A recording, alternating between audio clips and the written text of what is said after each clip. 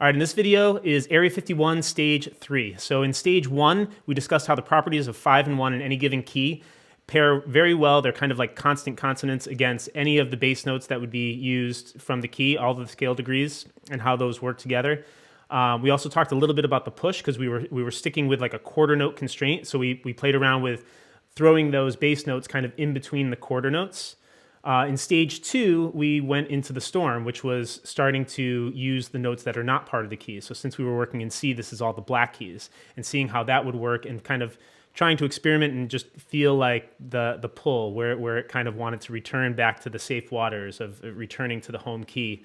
But also kind of just getting that general understanding that like everything can kind of work together.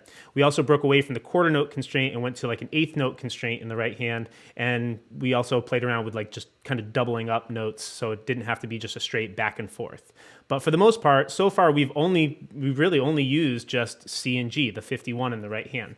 And so this exercise focuses so heavily on bass movement because when we're learning by listening, that's the part that gives you so much information about the underlying harmonic structure. So we really want to tune in to that bass movement. But at the same time, we don't want the right hand to be left out. So that's what Area 51 Stage 3 is all about. And so I'm going to show several things that can be done here and kind of be introduced one at a time. I like to give students one new note to play with, kind of just like, someone juggling. If they're juggling 3 items, you don't just throw 5 more at them. You throw them one at a time, and then they just kind of build it up and kind of get comfortable in that zone, and then you can toss another one in. So that's kind of what we're going to be doing here. So I'm gonna do some demonstrations at the piano and talk a little bit about how we're going to expand on that right hand. And we'll also discuss a little bit about how we can make the storm a little bit bigger and maybe a little more intense. Now, some of this may, depending on how comfortable the students are physically with doing some of these things, some things can be left out, if they can't do octaves in the left hand. But the whole goal of this exercise is you can kind of customize it to the student. So it's not really like this like basic entry level thing. Like it can be really for students of all ages, and depending on how much you throw at them, like you can really build this up to be something, that even an advanced student could really have fun with and play with. So that's about it for now. Let's get to the demonstrations. Okay, so up till now we've been using strictly the 51, so the G and the C. And I like to use the third finger on the C. And what we're gonna do now is we're gonna experiment with adding in a few extra notes. So we're gonna expand beyond the 1, our C, and we're gonna, for this first one, let's add the 2, so that's the D. The 2 of the keys. So we don't really have to follow a strict pattern here, but I'd like to keep with the 8th note constraint. So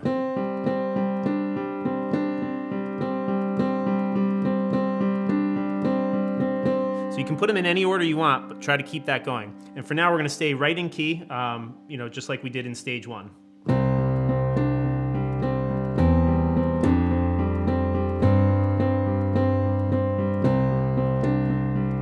So you can play with that for a while, staying within key. And then the next note, let's maybe add the 3 in. So the 3 is going to be the E. And again, you can grab this all right with the hand position that you're already in.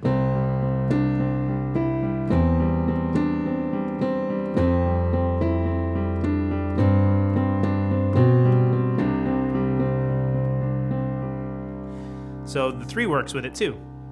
Now with this hand position, again, with the third finger on the C, we could grab the 7. B right underneath that, and we can start including that into the mix.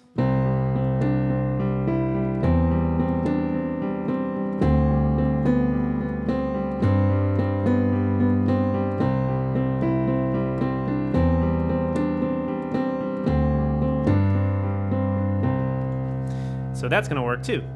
Now, again, you'll have to see how much a student can really handle, but at this point, if anything feels like it's getting kind of too crazy or they don't like the way that it sounds, just pull it back a little bit. Tell them to you can always return back to the 51 because you know that the 51 is going to work, and then start to build it out slowly. So if they get so adventurous that they don't like the way that it sounds, even though you could probably make anything sound good, if they don't like the way it sounds, I just tell them just do more 51s, get back into that, and then once again break free from there.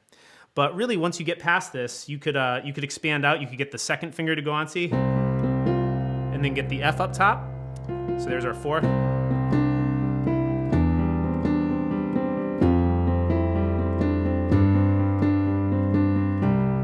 So that would work. You can bring in the 5 up top.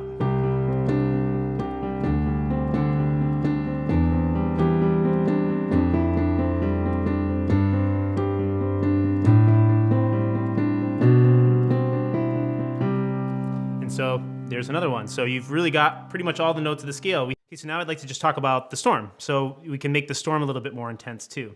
So with the 51, we just talked about how we could, add in that G up top. So you could actually take with the 2 and the 5, again, if the student's physically comfortable with doing this, you can take the 2 and the 5, and now instead of just doing a 51, just with the 2 notes, you can kind of grab this 5th up top, the C and the G, and go back and forth that way.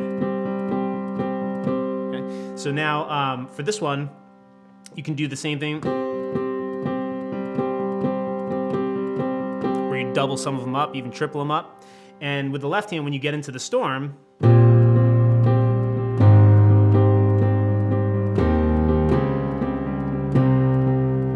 you can break in and start adding in octaves in there too. So this whole exercise, again, as you start, you can start it as simple as you want. You can start with quarter note constraint, you can bring it to 8th note constraint, you can start building this out. Eventually you can break free from all the constraints. But, having some borders in the beginning just while you're creating can be really helpful in just kind of really absorbing how one new thing can really change the exercise. So again, from this point on, it's really just about experimenting and just trying different things. So.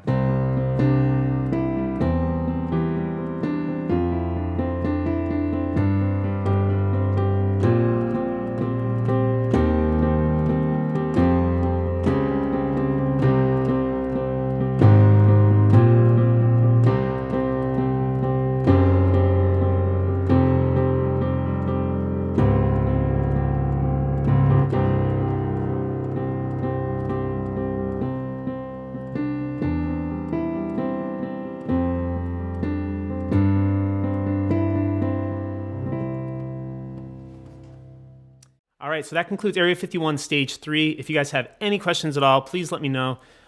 This concept is going to keep returning as we move forward, especially when we're creating like custom arrangements of pop tunes and even just accompanying yourself for vocals or playing with a band. However you're going to play pop music, this Area 51 concept is going to be extremely useful to you, and we'll keep bringing it up as we move forward with more activities. So. If you have any questions, please let me know. Otherwise, I'll see you guys next time.